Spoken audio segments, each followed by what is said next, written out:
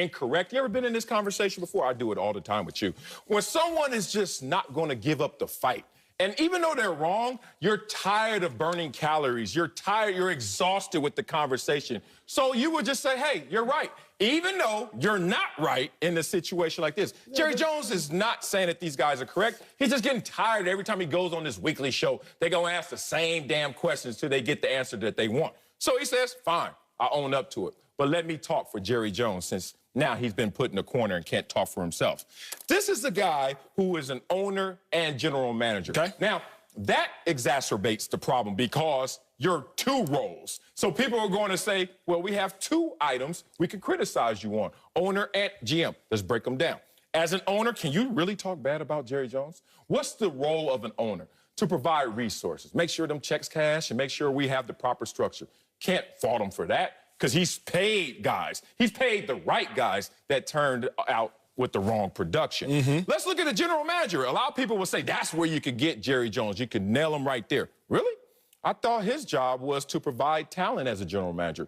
Enough talent to the point where they had absurd expectations. Enough talent where they were actually Super Bowl contenders. Enough talent that now we're saying they're underachieving based on the talent threshold that the general manager, Jerry Jones, provided. So if he's provided the structure, he's provided the resources and the talent, what the hell has he done wrong?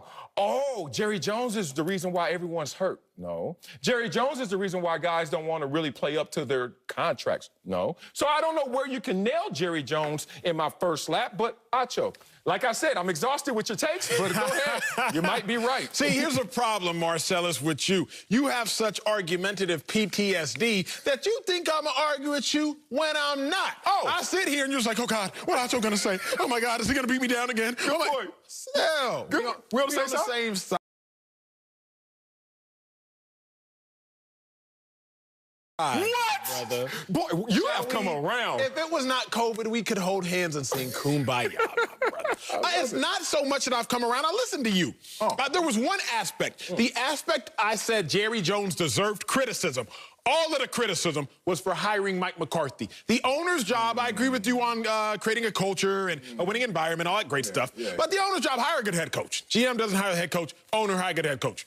I don't think Mike McCarthy's a good head coach. I done told y'all I don't think he's a good head coach. But if we're going to listen to Marcellus Wiley has reminded me Mike McCarthy won a previous Super Bowl. Yes. So Mike McCarthy is a Super Bowl winning head coach within the last decade. Ding, ding, ding. Beyond that, Mike McCarthy told Jerry Jones to his face, I watched every Cowboys football play last year.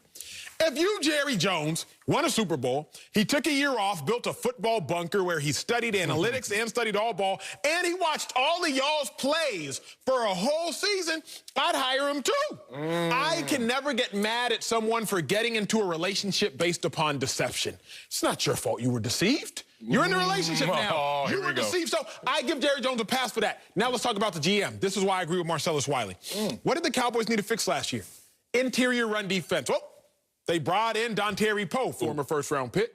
Brought in Gerald McCoy, former first-round pick. Gerald McCoy got hurt. Dontari Poe, 30 pounds overweight, and took a knee on Jerry Jones's field. You know you can't do that. He did that. He did. You can't be overweight and take a knee. 2 cardinal sins against Jerry Jones. Get your fat butt up. I'm sorry, too much. Okay, what else did the Cowboys need? They needed to shore up the secondary. Second-round pick on 6'1" Trayvon Diggs out of Alabama. What else do the Cowboys need? Please bring Dak Prescott back. That's what the world said. Not necessarily what I said. It's what the world said. Brought Dak Prescott back. Not only that, Jerry Jones got the Cowboys help when CeeDee Lamb. So I'm with you, Sel. On my first lap, I'm going to spend time saying that we are right. I'm not going to say you're right, because I'm never going to say that you're right. But we, Marcellus, are right. Jerry Jones should be immune of the first layer of darts that people try to throw at him. Yes, exactly. It's amazing that I think double jeopardy is occurring right now. They're trying to try him again for the same offense. What offense? Well, Jerry Jones has been an owner that has gotten his own way, a time or two before, which undermined the culture that they were trying to build. You could go back to Wade Phillips, you could go back to Jason Garrett, whatever you want to say.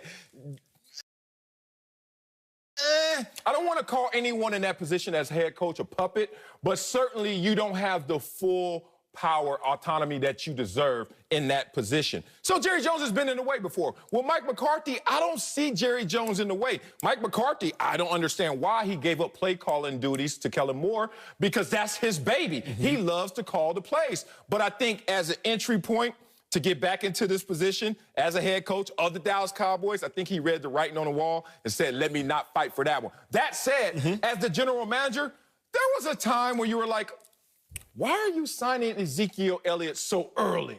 I know he's the man. He was a 4th overall pick. We understand that he's a cowbell. He does all the right things. But this early, Jerry, you know the reason why you draft someone in the 1st round is so you can have him for 5 years plus 2 franchise tags, which is 7 years. Smart business is to get him closer to 7 than what he did, which was only 3.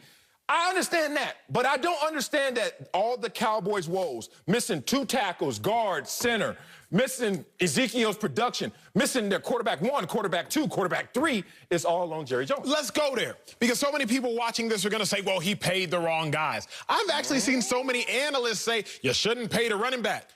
Nobody was complaining when Christian McCaffrey got more money. Nobody was saying McCaffrey didn't deserve it. Keep in mind, Zeke was doing more for his team, even, you could argue, and across the league statistically as far as a running back and the running stats than McCaffrey was doing.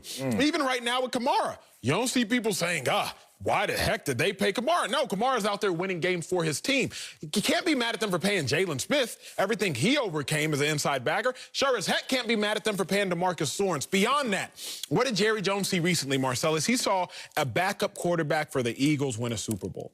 What did he do?